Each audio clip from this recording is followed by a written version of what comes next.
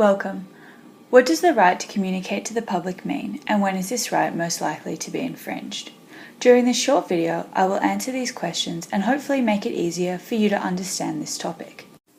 The right to communicate to the public is an exclusive right found in copyright law that protects the copyright owner's ability to communicate their works or subject matter other than works to the public.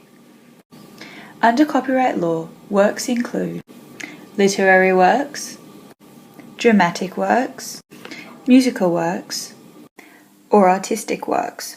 Subject matter other than works includes sound recordings, cinematographic films, television and sound broadcasts, and published editions.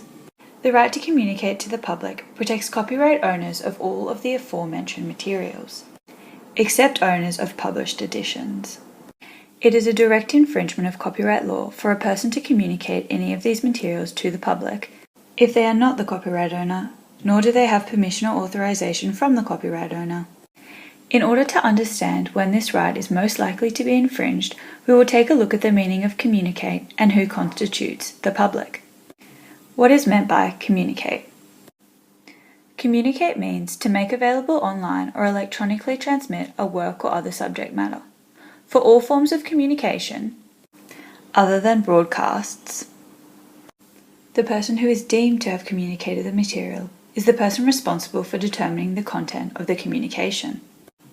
For example, a person or organization, such as an internet service provider or a telecommunication company, who provides the means for others to conduct unauthorized communication but have not determined the content of such communication, cannot be sued for infringement.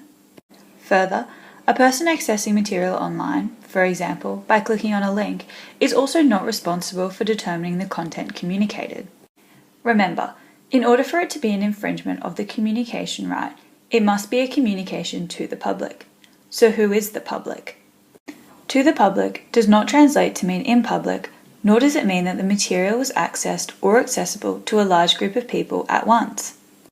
Communication to individual members of the public can occur in a private or domestic setting.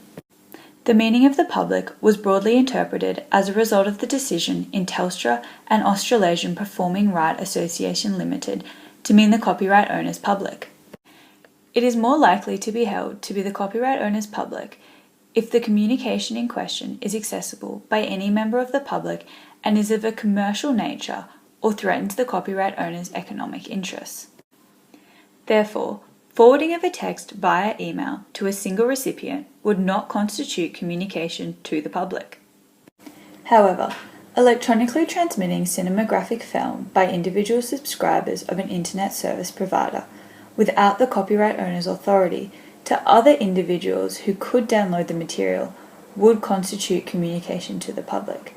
This is because, in this instance, the material can be accessed by anyone with an internet connection and is to the financial disadvantage of copyright owners. Therefore, when trying to work out if the right to communicate to the public has been infringed, first find out whether the copyright owner has provided permission or authorization.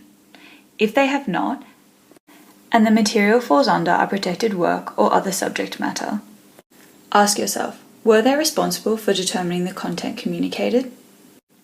And was it communicated to the copyright owner's public, causing them financial disadvantage?